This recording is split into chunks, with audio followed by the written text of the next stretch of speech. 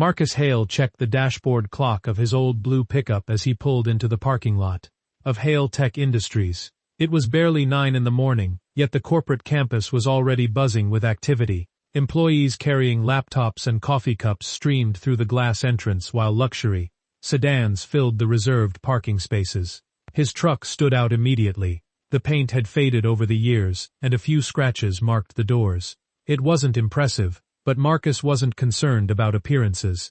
The vehicle had carried him through countless workdays, school pickups, and late-night trips with his 10-year-old son, Noah. After losing his wife 6 years earlier, Marcus had learned to focus on what truly mattered. Keeping promises, paying bills, and being present for his son were far more important than driving an expensive car.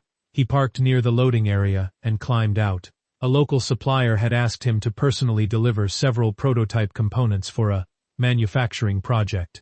Since he was already in the area, he had agreed to help. Marcus opened the truck bed and began lifting boxes onto a cart.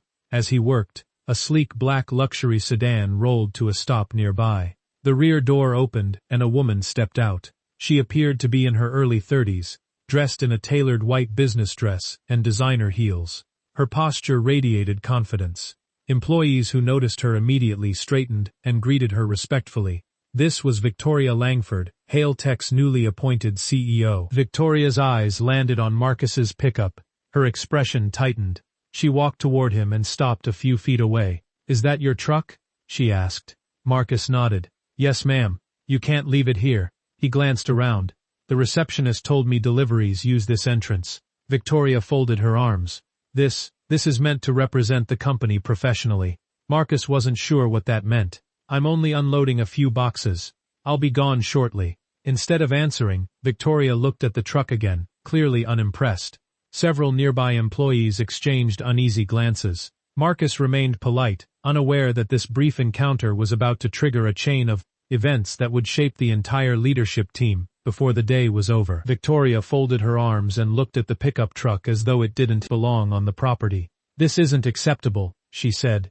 "Our clients visit this campus every day. First impressions matter." Marcus set down a box and wiped his hands on his jeans. "I understand, but I'm only making a delivery. I'll be finished in a few minutes." Victoria's expression didn't soften. "A few minutes is still too long." Marcus was caught off guard by the response. He had delivered to dozens of companies over the years and had never encountered a problem like this. "I was directed here by your staff," he replied calmly. Then someone made a mistake. A few employees passing nearby slowed their pace. The conversation was becoming difficult to ignore. Marcus wasn't interested in arguing. "Look, I'm just trying to get these parts inside." Victoria glanced at her watch. "You need to move the truck immediately." Marcus looked at the half-unloaded cargo. That would take longer than simply finishing the delivery. For a moment, neither of them spoke. Then Victoria pulled out her phone. Marcus assumed she was calling someone from operations. Instead, she contacted building security. Within minutes, a security supervisor arrived. Victoria pointed toward the pickup. "I want that vehicle removed." The supervisor hesitated. "Ma'am, the driver is actively unloading." "I don't care. Have it towed." The supervisor looked uncomfortable, but nodded. Marcus couldn't believe what he was hearing. "You want my truck towed while I'm standing here? You were given instructions." Victoria replied. The conversation attracted even more attention. Some employees exchanged uneasy looks. Others quietly walked away, not wanting to be involved. 20 minutes later, a tow truck entered the parking lot.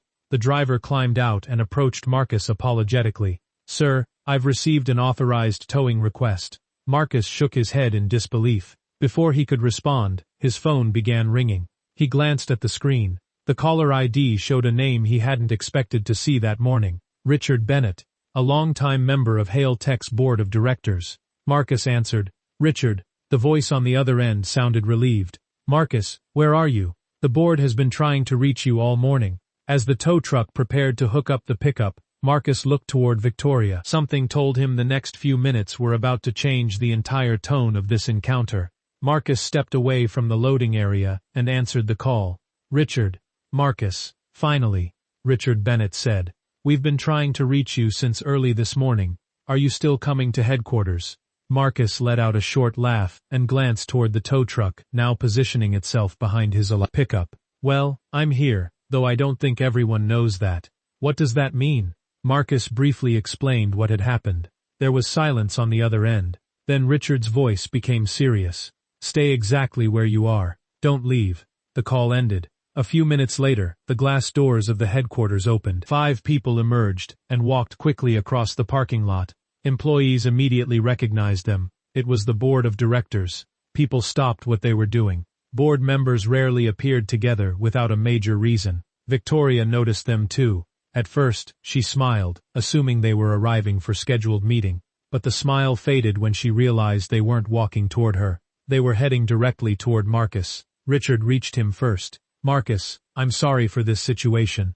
Marcus shrugged. It wasn't your fault. The other directors greeted him warmly, shaking his hand and thanking him for coming. Around them, employees exchanged confused looks. Victoria finally stepped forward. Mr. Bennett, what's going on? Richard turned toward her. His expression was calm but firm. Victoria, have you met Marcus Hale? She glanced at Marcus. I assumed he was making a delivery. No, Richard replied. He's one of the people who made this company possible. Victoria frowned. Richard continued. 15 years ago, when investors wouldn't even return our calls, Marcus provided the capital that kept HaleTech alive. He never asked for a title, publicity, or special treatment. The parking lot became completely silent. Today, Richard added, he remains our largest individual shareholder. Victoria's face lost color. The realization hit instantly. She had judged a man by his old truck and simple clothes, without knowing who he was. Marcus looked at the embarrassed CEO and said quietly, people's value isn't always visible from the outside. For the first time that morning, Victoria had no response. And it was a lesson everyone standing there would remember long after the tow truck had driven away.